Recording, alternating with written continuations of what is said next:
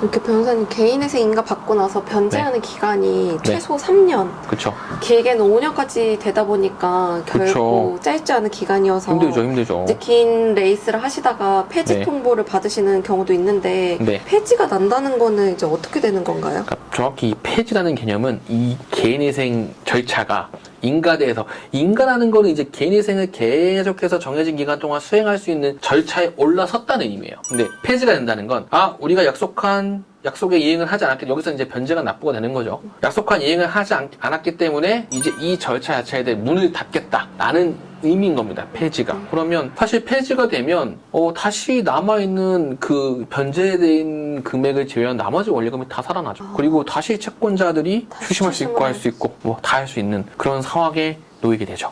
그럼 이렇게 미납이 이어지다가 언제 폐지가 나게 되나요?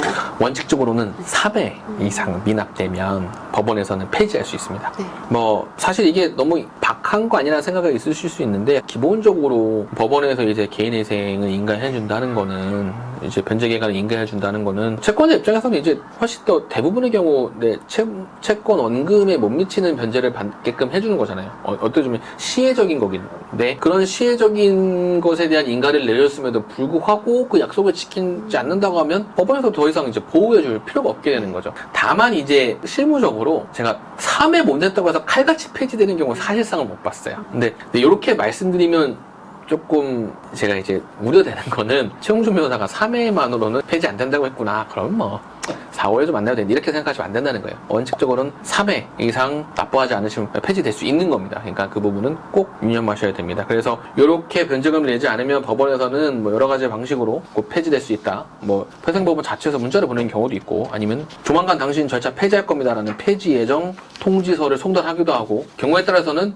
원래 원칙적으로 3개월인데 한 6, 7개월, 7, 8개월 쭉 기다려주다가 갑작스레 폐지 결정을 예고 없이 그냥 바로 폐지 결정을 하는 경우도 있습니다. 그럼 이렇게 폐지가 됐을 경우에 구제 방법이 있을까요? 있죠. 일단은 폐지됐을 경우에는 그 폐지 결정을 받은 날로부터 이제 14일 이내에 즉시 항고를 할 수 있습니다. 2차 여차에서 내가 폐지가 됐는데 뭐 이런 사정이 있었다, 그래서 이 폐지 결정을 취소해 주면 내가 성실 납부하겠다라는 겁니다. 근데 이렇게 다시 한번 닫힌 문을 열 수 있는 기회는 있어요. 근데 문제는 이제 원칙적으로 밀린 미납금 모두 납부해야 돼요. 밀린 미납금을 모두 납부하면서 즉시 항고되면 이건 웬만하면 다 살려줘요. 다시 개인회생 절차에 틀로 들어올 수 있는 겁니다. 그래서 이 밀린 미납금을 납부하는 걸 전제로 즉시 항고하면 다시 절차 살릴 수 있다. 여기서 이제 실무적으로, 근데 이것도 제발 오해하지 않으셨으면 좋겠어요. 실무적으로는 간혹 가다가는 밀린 미납금 전액이 아니라 일부만 납부하더라도 법원에서 좀 관대하게 다시 절차를 이어나가게끔 해주는 경우도 있어요, 분명히. 하지만 그렇다고 해서 이 폐지를 받으신 분들께서 너무 좀 안이하게 그냥 조금만 더 내면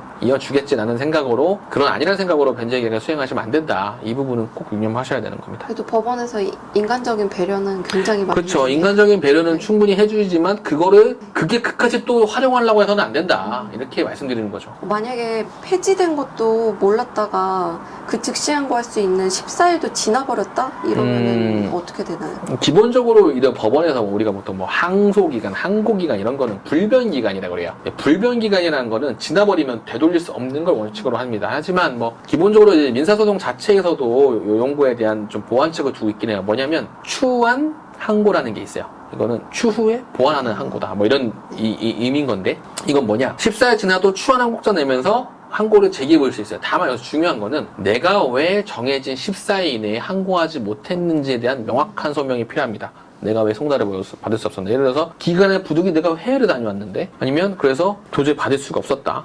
뭐 실제 거주하고 있는데 주거지가 사실은 이러이러한 사실 전입시고가 안 돼서 내가 이거 송달받지 못했다든지, 뭔가 어떤 내가 이거 송달받지 못해서 이 폐지 결정에 대한 사정을 알 수 없었을 때만 일종의 정당한 이유를 좀 충분히 소명을 하셔야만 추한 항고는 받아들여진다. 추한 항고가 받아들여지면 그때는 항고심 법원에 또 심리를 받게 되는 거죠. 그럼 추한 항고에서 또 밀린 면제금 납부하면 이어나갈 수 있는 거죠. 그럼 만약에 즉시 항고, 추한 항고 둘 다 할 수 없다면 어떻게 해야 돼요? 결국엔 재신청하셔야죠.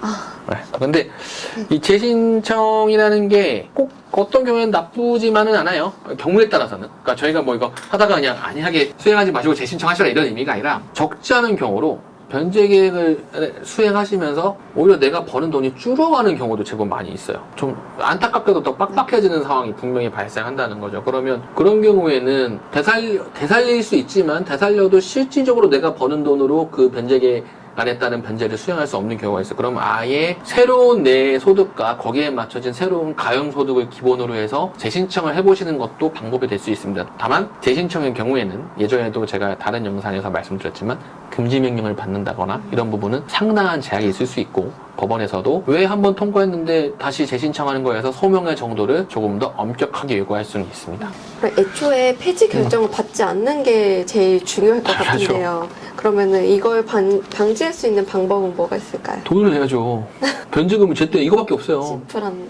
변제금을 진짜 이거를 예를 들어서 내가 경제적 상황이 괜찮았을 때 그냥 매달 적금 넣는 것처럼 적금 우리 별로 신경 안 써요. 그렇게 신경 안 쓰시면 안 돼요. 이거를 좀 철저한 의무 이행 사항이라는 인식을 하셔야 돼요. 그래서 아예 뭐 그 지정된 계좌로 뭐 자동이체를 걸어 두시든가 아니면 내가 뭐 급여 받거나 하면 그 돈만큼은 무조건 다른 통장에 따로 보관을 해두든가 철저한 어떤 플랜이 필요합니다. 그냥 안이하게 적당히 빠져나가게 하다가 폐지당하면 뭐 그간의 노력이 다 숲으로 돌아가고 다시 채권자들 채권 추집 이런 거에 대한 우려에 대한 어떤 긴장과 스트레스 속에 또 나날을 보내야 되는 거잖아요. 그러니까 변제금은 그냥 나가는 돈이다 이럴 때 의무다. 철저하게 지켜야 되는 의무다. 그리고 내가 이런 인식을 했는데도 너무 상황이 어려워. 정말 이 변제계획을 수행하는 도중에 월급이 적어져. 그럼 일부라도 내. 내가 한 달에 100만 내는 건데 50만 원밖에 못 내서 50만 원도 내세요. 안 되면 30만 원. 일부 미납이 될지언정 완전히 통으로 미납되는 일만큼은 결코 웬만해서는 절대로 발생시키지 말아야겠다는 그런 어떤 투철한 의식을 가지고 꼬박꼬박 변제금을 내시는 게 유일한 방법입니다.